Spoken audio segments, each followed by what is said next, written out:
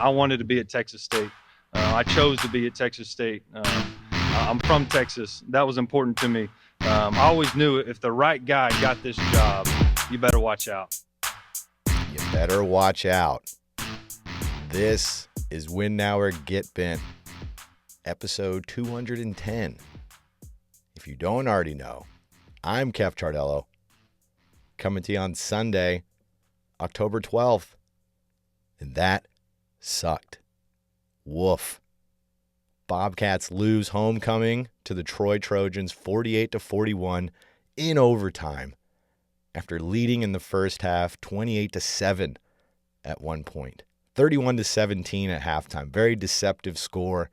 You know, the other team is in the 30s, or you're in the 30s, the other team's in the teens. It feels like it's a much bigger lead, but it was only 2 scores, and it evaporated in that second half. Once again, we've seen this happen to G.J. Kinney before, most notably last year at Sam Houston. For it to come fresh off a week where they lost like they did to Arkansas State, it stings even more, and there are a lot of questions that need to be answered, specifically on defense. The defensive side of the ball, the offense is the number one offense in the Sun Belt, but there's a lot of questions on defense, and we're going to ask them. We're going to try to answer them. We're going to at least go over it, talk about this game, talk about this loss, what this means for Texas State going forward, and I'll leave you with a little bit of good news, but this is going to be a tough one, so buckle up, Bobcats. Here we go. But before we get there, this episode is brought to you by The Galindo Collective. TGC LLC, thegalindocollective.com, a team of professional consultants dedicated to helping others realize their business potential through people, planning, and practice. Their services cover a wide range of areas such as business strategy, marketing, human resources, and financial planning. If you own property or a business and want to maximize its profitability, contact TGC at thegalindocollective.com. That's Galindo, galindocollective.com. And follow their social media platforms on Twitter at TGC_LLC and on Instagram and Facebook at the Galindo Collective. Shout out to my guy Rick Galindo, a true Tech State sicko, a Tech State grad himself. This is the 3rd season TGC LLC has been sponsoring Win Now or Get Bent, and we are very happy to still have them. Check them out at thegalindocollective.com. That's Galindo, galindocollective.com. All right, give a quick shout out to our guys at bhihats.com as well, benhavinithats.com. I met up with Rianne yesterday and gave her Cats by 90 hat. Only a year later, she won a contest last year for one. She gets a maroon one instead of a white one because she waited a year, and you can get a maroon one as well. I don't have the Cats by 90 hat on right now because Rianne has one and my wife has the other one, and I'm losing those Cats by 90 hats because they are just that great. And they also have the state hat, state script hat. You can see me wearing it on our YouTube channel, Win Now or Get Bent on YouTube. Like, subscribe, comment, all that good stuff. But there you go. Nice statebhi.com hat.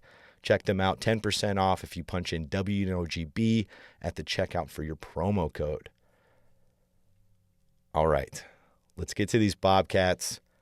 A tough one, an absolutely brutal one, as I was going over at the top of the show. 48-41. This was a game that Texas State, they jumped out ahead early. We've seen them do this before. They get out to a screaming start. I think it was 28-7 in the first quarter, which was 5 touchdowns in the first quarter combined. A real wild start. It started to settle down in the second quarter, and it really settled down in the second half. More specifically, I mean, the offense, they did well. They've got 41 points. The defense can't seem to hang on to any of these leads that the offense will bring up. First overtime game of the G.J. Kinney era. I thought that was kind of interesting. I was not confident. As soon as it was going into overtime, it just doesn't feel like this offense and everything is built for overtime. G.J. Kinney's now 4-6 in the month of October. That's tough record in his 10 games coaching the Bobcats in the month of October. 9-9 overall against Sunbelt competition in his career at Texas State, and even 500 right now. Consecutive losses. This is the 4th time this has happened for G.J. Kinney.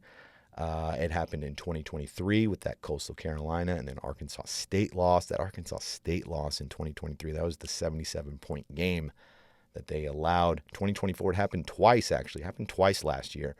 Arizona State and then Sam Houston State and then Old Dominion and Louisiana. So 2025, one so far, Arkansas State and Troy. There hasn't been 3 in a row for G.J. Kinney at Texas State. But, it's they're going to have to do a lot to avoid that because it's a tough one. Again, this week, they're going up to Marshall. We talked about it before with this Arkansas State game. That was the Wizards' trap game. When we did our season prediction in fall camp, that was his trap game, was Arkansas State. Mine was Marshall. Who would have thought Troy in the middle would have been one? But, of course, Troy has been the bane of the Bobcats' existence for a while until they finally got that win last year. I've bemoaned Troy on homecoming before, and they did it again this year, and goodness gracious. But, I'm not going to mince words, really. We can talk about the game all you want, but here's the bottom line, is great coaches make adjustments. Good coaches are satisfied with just being good enough. Great coaches make adjustments, whether it's in-game, at halftime, in the middle of a series, throughout the week. Whatever it happens, you have to make adjustments. You have to change when things aren't going right. You keep doing the same thing over and over again, you get the same results. It's the definition of insanity, as they say, is doing that. And that's what's going to happen if they continue this style, because you see how the whole time G.J. Kinney has been at Texas State, most of the time to success, although that we say most, and that's dwindling more and more, especially when you look at 9-9 in the Sun Belt and numbers like that, where they jump out ahead and they can't hold the lead. Whatever happens, whether it's defensively, they're trying to prevent more, or on offense, if they're being more conservative, they're playing to not lose the game instead of playing to win. And even defensively, this is back-to-back weeks where it's obviously it's a team effort, it's a team sport. There's even 3 phases of it with special teams, which wasn't great either for Texas State. There's a lot to go over there.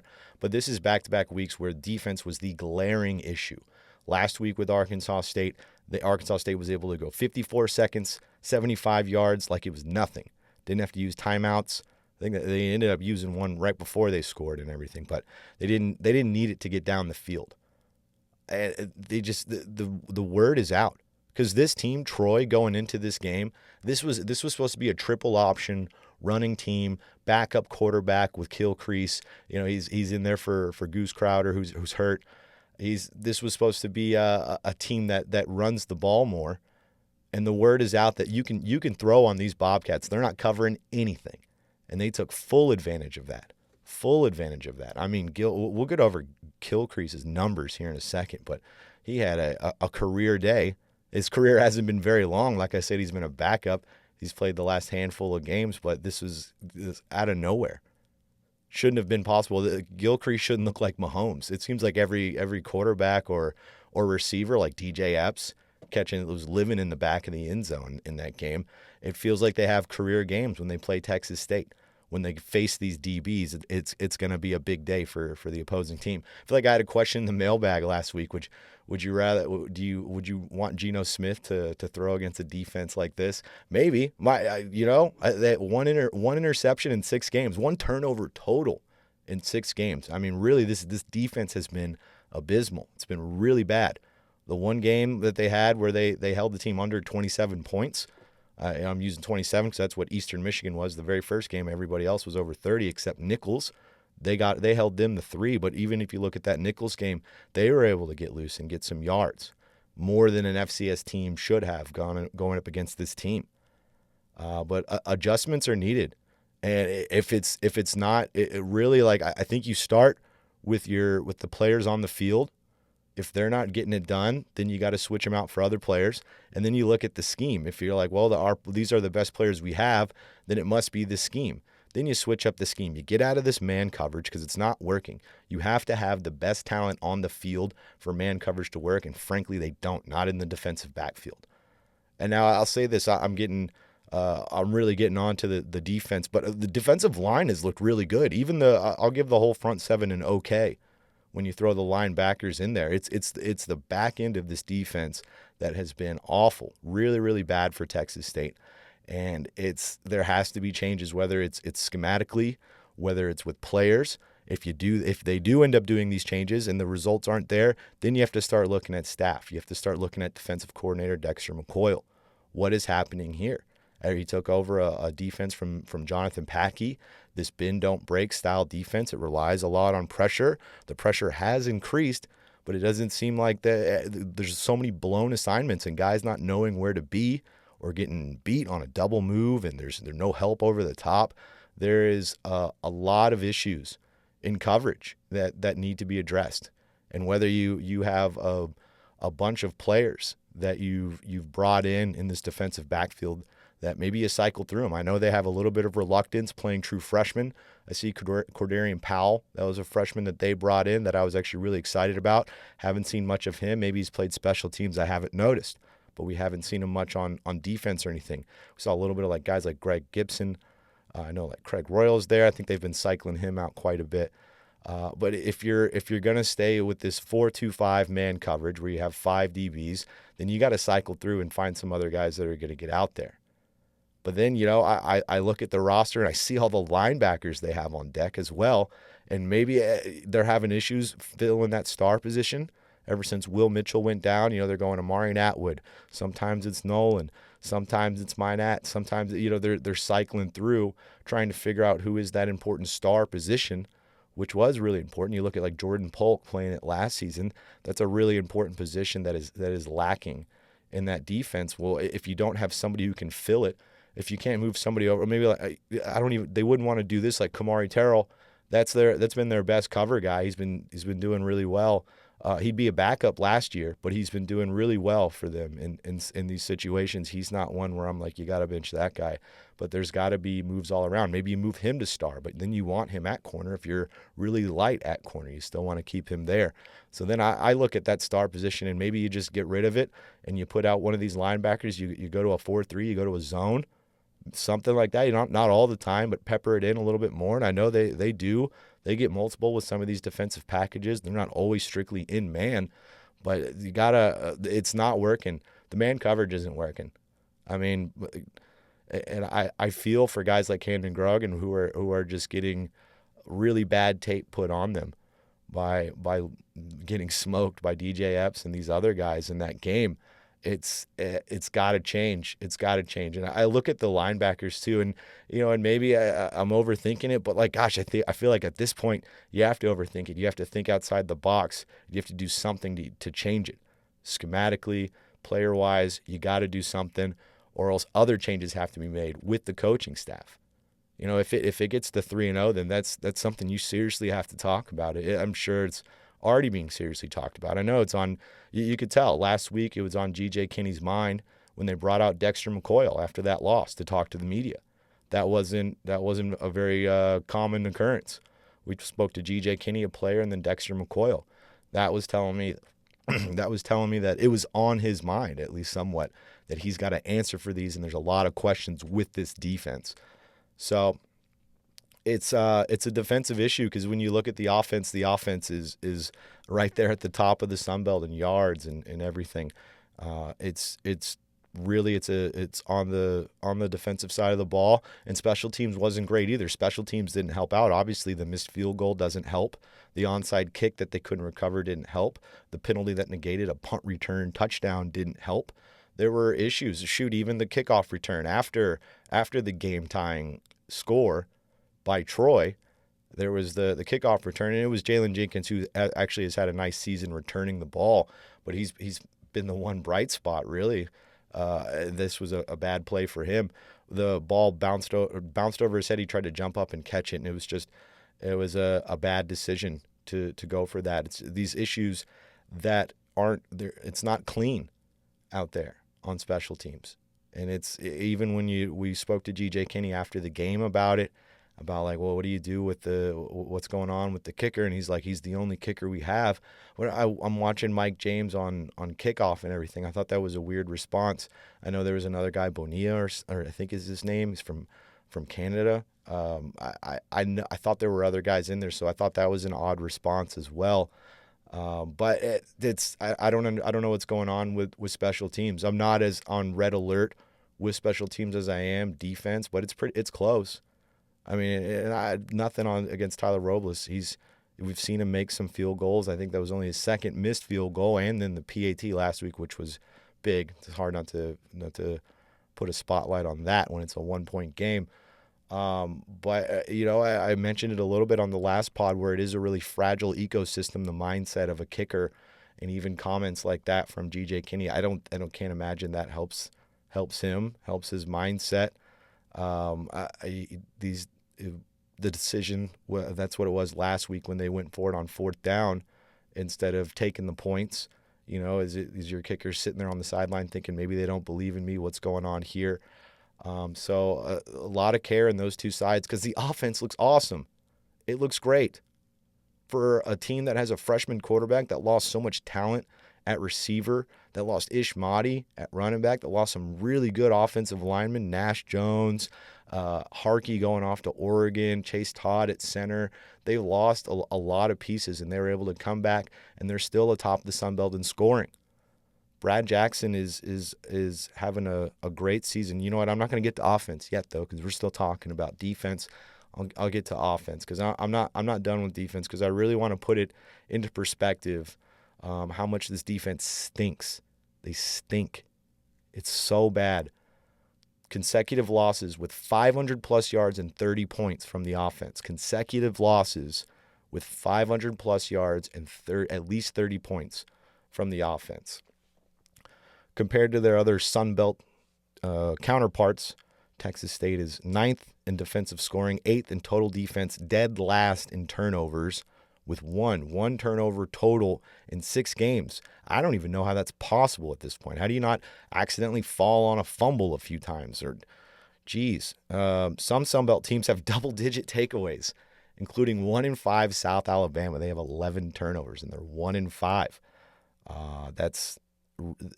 It's so rare. I feel like it's almost harder to have just one.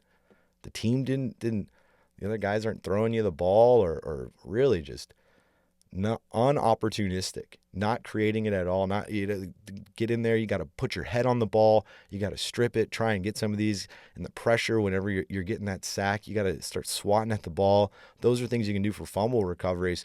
I mean, they not even getting close to getting these interceptions. They had twice. They were close last week that they dropped. Wasn't close at all this week. It felt like every receiver was open. Maybe they were too prepared for a triple option and didn't think they'd throw it at all like that. They were really caught with their pants down. But if that's the case, then that's not good either. To be that caught off guard, to not anticipate that, is unprepared. There are 126 FBS teams currently right now that have at least one fumble recovery. There are 136 total FBS teams. 126 of that 136 have at least one fumble recovery. That means Texas State is one of 10 teams without a fumble recovery. 123 of the FBS teams out of 136 have at least 2 interceptions on the season. Texas State is one of 13 teams with less than 2. Granted, there are 8 teams with 0, but they are in that list of teams that don't even have 2. There are only 2 teams that are in both categories. Texas State and, oddly enough, OU, the Sooners. I thought that was an interesting one. But only 2 teams out of 136 is the disparity that low in turnovers for a defense. It's really bad. Let's continue with that a little bit. 200 pass attempts against Texas State this season. 133 of them have been completed. That is 66.5%. 15 total pass breakups. Just 15 on 200 passes. They're getting passed on a lot, and they are not getting anywhere near it to get pass breakups. The one interception they had was against an FCS opponent in garbage time at the end of a really long drive where they were able to get down the field on the Bobcats. So there's that one. Tucker Kilcrease, man. I'll tell you what, 416 yards, 50% passing, and 37 total completions. Those are the numbers he had going into this game. I'll say that again. Going into this game, this was his season total. 416 passing yards, 50% completion, 37 total completions, 3 touchdown passes, the 2 interceptions. Against Texas State alone, he was 30 for 39 415 yards, 77% completion rate, and 5 touchdowns. It's unbelievable. He almost matched his season total of completions in this game. He nearly matched his season total in yards. He had 416 going into it. Then he threw for 415 more. It was 1 yard off. Almost 27% increase in completion percentage. He surpassed his season total in touchdown passes as well. You know, I'm sure he's a really good quarterback, but it shouldn't be that way. I mean, those numbers are insane. You'd thought they were playing one of the best quarterbacks in the nation, and who knows, watch him end up being one, but I don't believe so. I think that they figured something out and abandoned the run game under 50 yards rushing for Troy. That was supposed to be a team that was supposed to run all day on Texas State. But drastic changes are needed. Scheme, roster, you got to change it up. It has to. You can't sit there and keep doing the same thing and banging your head against the wall, or else these are going to be the same results. And changes have to get in there. Man isn't cutting it. The man coverage isn't cutting it. That's where these corners are getting burned. A zone. I don't know if mid-season you can really get rid of a whole position with like that star, like I was saying earlier, but just changes are absolutely needed for this defense. If it doesn't get back on track, then changes are going to be needed to made with this staff. And it's a real shame when you look at Dexter McCoyle. He's pretty young in his coaching career as a whole, very young in his coordinator career in his second season. But that we don't have time to wait for people to grow at that position.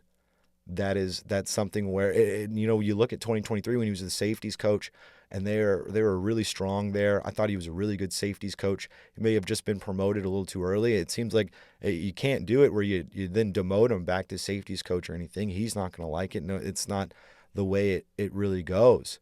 But I almost wish that could be the case for him, because I still think he is a special coach, and I think he has a lot of value with these kids. He's a great recruiter as well. I mean, there's a lot in there. It's always hard to talk about somebody needs to lose their job if the results aren't there, but this cannot be acceptable. It cannot be acceptable. It's abysmal defense, and it's wasting a really good offense. A really good offense. Offense was supposed to be the issue going into this season. Mac Leftwich left for Lubbock. Jordan McLeod's gone, freshman quarterback coming in. No more Joey Hobart. No more Jaden Williams. No more Cole Wilson. No more Ish Mahdi. That was supposed to be the issue, was the offense. And all these changes. Oh, can Landon Keppel, can he replicate the way this offense looked? They've done a great job. It's not replicated in that it looks the same. They run a whole heck of a lot more. But dang, if the results aren't there, they're getting to the end zone. It's at least in the first half, getting into the end zone, it really, really slows down. But, I mean, that's the time when it slows down. It's why you can't pin it on the offense, because when they get out to a fast start and then it slows down, at some point the defense has to do their job. Get a turnover. Make it a short field. Buckle down. The complementary defense, as coaches like to say in the coaches speak, you gotta give some reprieve to the offense somewhere. And it's not happening. This bend, don't break style is broken. It's been sufficiently broken. It got bent and it broke.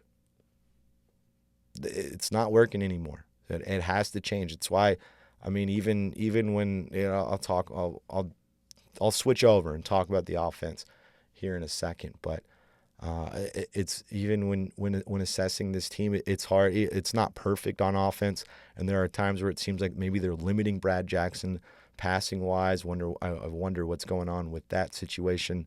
But it's not the grand, when you look at it bird's eye view, looking at this program, this team right now this season. It's not, you can nitpick the offense in these little areas, but it's the defense that needs a big spotlight on them, because that was really bad.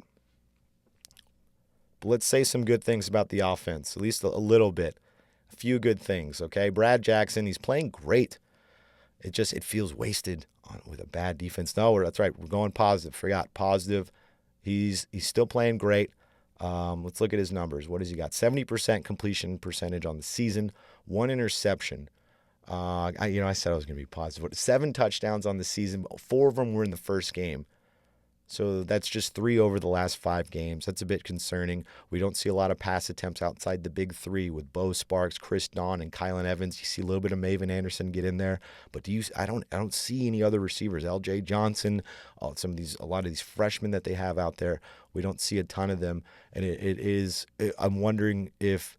And it's working, so it's not like they need to change it. But I wonder if they're like, okay, we're going to make this a pretty simplified offense for Brad Jackson. And on that side of the ball, on offense, they are able to out-athlete him, specifically at running back, quarterback, and on the offensive line. Receivers, that Chris Don, Bo Sparks, they can really get open for sure. I don't know how deep they are because we don't really see. But Brad Jackson, for those numbers, the 1 interception, it's impressive, especially because that 1 interception came at the second game. So he's had a handful of games in a row where he hasn't turned it over. It's just a shame. I can't help but think about it. It's wasted on this defense, though. Really, like he should have. It felt like going into it, that's where the problems should have been. Freshman quarterback, so many changes on offense. And for the defense to look this way while the offense is putting up these numbers should really be alarming. Lincoln Perry second in the Sun Belt in rushing yards, 571 rushing yards for Lincoln Perry. Shout out to Lincoln Perry, on pace for over 1,000 right now, so that's good. Greg Burrell, he's 16th in the Sun Belt, 303 yards. He's looking really good. It's a 1-2. It's a 1-2 punch. It's Lincoln Perry. It's Greg Burrell. Maybe a little bit of Jenkins every now and then, but I really think staying inside that 1-2 punch like they did in this game, it's worked well. I really appreciate the tough running of both of those players. And it's good because you want Burrell to get carries because Perry's going to be gone. Burrell's a younger guy. You want him to come back, so you want to feed him. That's a really good player. He's somebody who I could see being a starter here at Texas State going down the road. He could start now if Lincoln Perry wasn't there, and Lincoln Perry's obviously the starter. But it's definitely something that he thought about entering the portal after spring and was going to leave. So they were able to get him to come back and stay for this fall. So now you want him to be back for 2026, more carries because he looked good. I didn't write his numbers down for this game, but I know I have it right here. If I look real quick. Yeah, here we go. 136 yards. 136 yards on 13 carries. I didn't realize he got up that high. He did have that big touchdown. 10.5 yards per carry for Greg Burrell. Good stuff. Greg Burrell, get him in there. We've been calling for him pretty much all season. Seems like they are figuring that out as well. Brad Jackson, 12th in the Sun Belt with 336 yards rushing. Perry leads the Sun Belt with 8 touchdowns. Jackson is second in the Sun Belt with 7 touchdowns. The run game has been fantastic for Texas State. Chris Don, 7 catches for 119 yards, 16.3 yards per catch this season. No touchdowns yet for Chris Don. I still think he's a really special receiver. A quick note, I guess it's not that positive of a note, but attendance retention. Bobcats have done a great job of upgrading the facilities and marketing the program and everything and getting people to actually come out to the game. But getting them to stay has been an issue. Maybe it's these late games. I'm not sure. Tailgating all day. It starts to get a little late. Start to get tired. But after halftime, it's way less people in those stands. Right off the bat, this is probably being too simple with it, but a lot of times the simplest answer is the best answer. People, when I ask them about it, the bleachers, it makes your butt fall asleep when you sit there for 3 hours, and it's not very comfortable. Maybe some sort of cushioning or something, some sort of upgrade there. I can't imagine it's a cheap endeavor at all, a cheap thing to take on, to upgrade some of these seats that are bleachers. But it's something to think about. They've done a great job, and there's other things that were more important. Obviously the whole end zone complex that they were able to upgrade, the football complex, I guess is what they call it, the performance football complex or center. I got to get that name down. But upgrading the concourse and the sound system and a lot of these other things that definitely took precedent. But that's something to think about because all those things that I just listed, that'll get them in the door. got to start thinking about ways to keep them in the game once they're there. But otherwise, I think it was 24,000 and some change at the game. Not bad. You would think if they won against Arkansas State, it would have been higher. That's why I can't fault the Texas State faithful too much out there. And we'll end it with some basketball talk. Real fast, yeah, because that's what you're all dying for. But real quick, it's actually pretty important stuff. Basketball this week. Men's basketball had 2 4-star recruits visiting this weekend. And, talking to some of the people around the basketball program, it feels like that things are so there's more support coming in that is helping with certain efforts like this, and getting 4-star players to visit Texas State. 4-star on 247 Sports, I should say. Overtime Elite, if you know Overtime Elite, it's a prep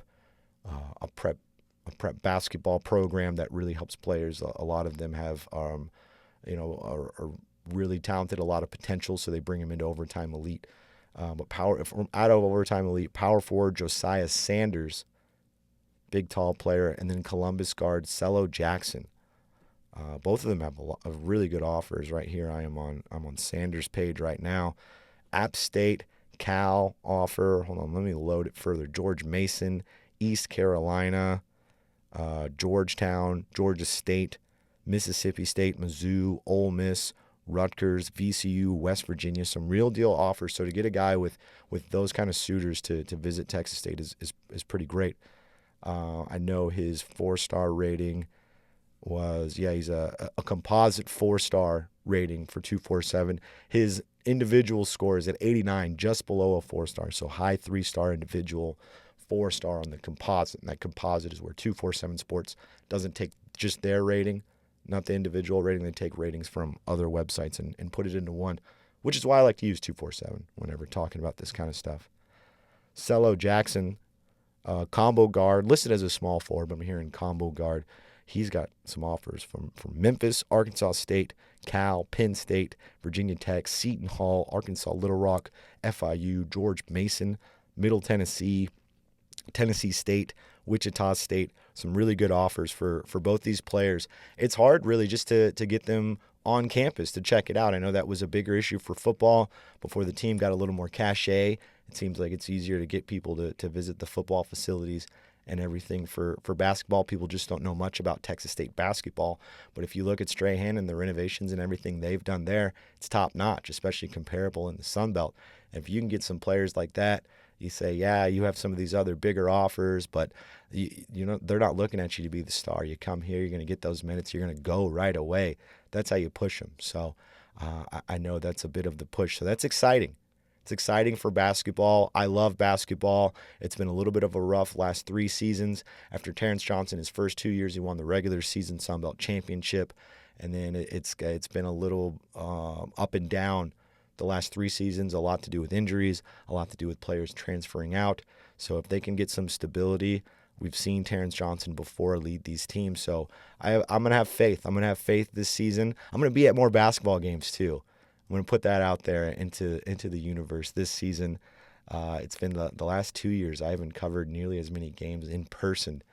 It's hard with kids. You got responsibilities. It's hard to tell my wife, okay, I'm gonna go watch this basketball game for a while. But I'm gonna get out there more. Maybe I can get my kids some press passes, and I'll take them with me. Just kidding. That'd be crazy. And I can't help but leave. I was almost about to do the final ad read. I wanted to end it on basketball and try and be positive. I can't help but think about that game and everything that happened last night, and just reiterating that changes have to be made. Has to be made. This is, if you let it just keep going, and it's tough. It's tough because honestly, if G.J. Kinney wants to be great, being great it's lonely. It's lonely. You have to be shrewd in certain moments. You can't bring everybody with you. You can't bring all the players, even if you like them, with you. You can't bring all your coaching staff, and even if you like them, with you. There has to be tough decisions that are made. It's part of the duty. It's part of the job that if it's not working, you got to fix it. And there's a standard now at Texas State, a standard that G.J. Kinney set by arriving here, but that's still the standard. If it's the third consecutive loss, dropping to 3-4, that'd be the first time under 500 in the G.J. Kinney era. I think I have that one right. Didn't research it. Hit me in the comments if you got a correction for me. But absolutely, I mean, we have to see it, and it has to happen this week. It has to happen going into Marshall when watching that game up in West Virginia, because it's not an easy environment, and they're no slouch. Marshall, I mean, shoot. So what they did against ODU this week. So big week for the Bobcats, this coaching staff specifically. Because I'm done blaming individual players, because we keep seeing this over and over again, even when it's different players. We see this. It is exacerbated this season because I feel like the talent disparity is more, and I will give them that credit that yes, they did lose players, and players that they've replaced with haven't lived up to the billing. But it doesn't matter, because we've seen it, the flaws reveal itself in the past, where it didn't fully reveal itself and fall apart the way it has specifically the last 2 weeks. So it needs to be some soul searching. Really have to look in the mirror and change something about what's happening, or it's going to stay the same. Because the Sun Belt Championships that's gone. No way, unless a whole bunch of teams lose and the Bobcats win out. That's done. I wouldn't even think about that anymore. It needs to be a respectable winning season. But I can't see them taking the Sun Belt Championship with this type of defense. Not a championship defense right now. It's not at all. I mean, shoot, I won't reveal any names. There's some people that think there's a good chance they may not win another game if they don't do any changes on defense, if nothing happens. You look at this schedule, it's not easy. This was the easy part of the schedule, the first half. That was the easy part. Outside of like Arizona State, this was supposed to be the easy part, because now the gauntlet comes. You travel to Marshall, then you host JMU, then you got Louisiana, Southern Miss. It's not getting easier. So if you bring this to those opponents, not going to go well. So, I mean, I've seen 2-10 teams here with defenses that had more accountability. It's funny because it was homecoming. I saw some of those players last night. Ran into Brian London, ran into London Harris, 2 Londons. I ran into Binky Coleman, Savion Patton. Congrats to Savion Patton. His wife is pregnant. She's going to be having a baby boy in December. Savion Patton, congrats to that guy. Dapped him up, and man, he's like hugging a brick house. He's still big. You really could put him out there. But really, some of these players that I saw that played in these moments where this team was bad, and they had more heart in these situations. Because you know what? I almost forgot about this. I didn't even make a note about it. But there is when the team sings the school song at the end with the fans and the band and everything. I didn't see this. I have witness reports saying no players showed up. No players went to that moment on homecoming, it's shameful. It really is. This is, got to have some heart, have some pride out there with this. I mean, yeah, we'll leave it at that. Oh, I guess I didn't say October 26th, basketball starts their season with an exhibition game against Houston Tillotson, the program up in Austin. They'll play Houston Tillotson pretty often. I can remember a time back in the day, they did the jump ball, and instead of competing for the jump ball, they were a lot smaller than Texas State. Instead of competing for the jump ball, they all got in formation and slapped the ground together at the same time, and then got in a defensive stance, and then they lost by 50 points. So it was a funny situation on that one. Yes, we'll end it there. We'll leave it there. We'll stop all the negativity. But honestly, if there aren't changes, it's how it's going to be. We're back, a little bit. At least some of you sickos, like from the beginning of this pod, this is what we're used to. This is our base level. It's not fun, but it's something we're used to. All right, everybody. This episode was brought to you by Austin Patchmaster, austin.patchmaster.com. Hole in the wall, give APM a call. Drywall repair, paint jobs, popcorn removal, and more. Whether you're moving in, moving out, or just looking to upgrade, Austin Patchmaster has you covered. Third season sponsoring Win Now or Get Bent, and are owned and operated by a Tech State grad and a true Tech State sickle, Michael Clements. No, he was at the game with his kids yesterday. Austin Patchmaster is one of our first sponsors, and they are back for the 2025 season. 200 plus 5-star reviews on Google. Check them out for all your Patchmaster needs. Patchwork needs, Patchmaster needs. Austin.patchmaster.com and call them at 512-200-3888. That's 512-200-3888. Austin.patchmaster.com. All right, check out our Patreon page, patreon.com/WinNowOrGetBent. Merch site under construction. It might have to go down for the whole season, honestly. We're really trying to figure that one out. Check out our YouTube channel if you're not watching on YouTube right now. Win Now or Get Bent on YouTube. You can see me wearing the Mad Cat shirt from our merch site. We will have these back, I promise you very much. Check us out on Twitter at Win Now or Get Bent, on Instagram at WNOGB. Like, subscribe, comment on any platform you're listening to. You can leave a mad comment if you want to. If you're not feeling great, go ahead and get in there and get on YouTube. I even see on Spotify. Shout out to my guy, LA Nation, I think is what he is on Twitter. So I don't know your real name. It's probably good. I don't dox you. But he sent a message on Spotify with a comment about, it was a great idea about maybe doing segments, a weekly segment, giving a recap of some of these Texas State commits. 19 now. Cameron Christian, another Kilgore defensive lineman, 3-star player with a lot of offers. He did an interview saying he's a Bobcat. Shout out to Damian Bartneck for getting that interview.